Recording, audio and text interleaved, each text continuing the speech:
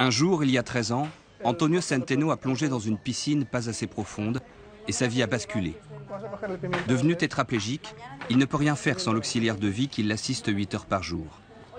Son aide est indispensable, précieuse, mais il est une chose qu'elle ne peut apporter à Antonio. Quelque chose qui lui a manqué dès le début de sa vie d'handicapé. Quand les médecins t'informent que tu ne pourras plus avoir une érection, un orgasme, etc., tu cogites et tu penses que tu n'auras plus jamais aucune vie sexuelle, que tu ne pourras plus ressentir de plaisir ou en partager avec une autre personne. Mais si tu as l'opportunité d'avoir de l'aide pour explorer ton propre corps, alors tu peux découvrir d'autres possibilités. Cette aide, il l'a d'abord cherchée chez des prostituées, avant de découvrir l'existence d'un service rare mais plus adapté à ses besoins, l'assistance sexuelle pour personnes handicapées. Je vois l'assistance sexuelle comme un outil. C'est de l'auto-érotisme, une relation sexuelle avec moi-même, mais avec l'appui matériel de l'assistante sexuelle.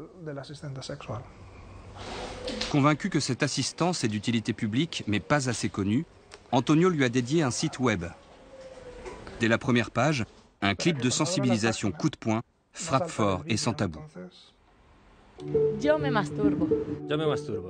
Yo me masturbo. Yo no me masturbo. Sin apoyos, mi cuerpo no es mío. Le site d'Antonio est aussi une plateforme de mise en relation. Une cinquantaine d'hommes et de femmes proposent une assistance hétéro ou homosexuelle. Des services payants de 50 à 150 € l'heure et demie, mais sur lesquels Antonio ne touche aucune commission.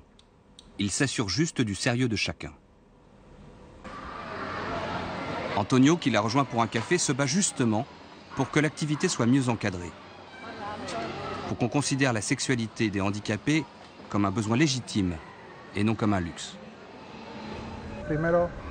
Avant tout, il faut qu'une loi reconnaisse l'assistance sexuelle comme un droit.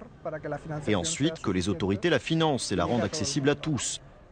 Parce que tant que la sexualité n'est pas reconnue comme un droit pour les personnes handicapées, seules celles qui en ont les moyens pourront se la payer.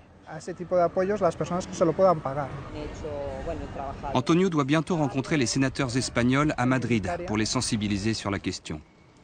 Mais il est sûr qu'avant d'espérer une quelconque loi, il doit combattre le tabou, changer le regard de la société entière sur le droit à la différence et au plaisir.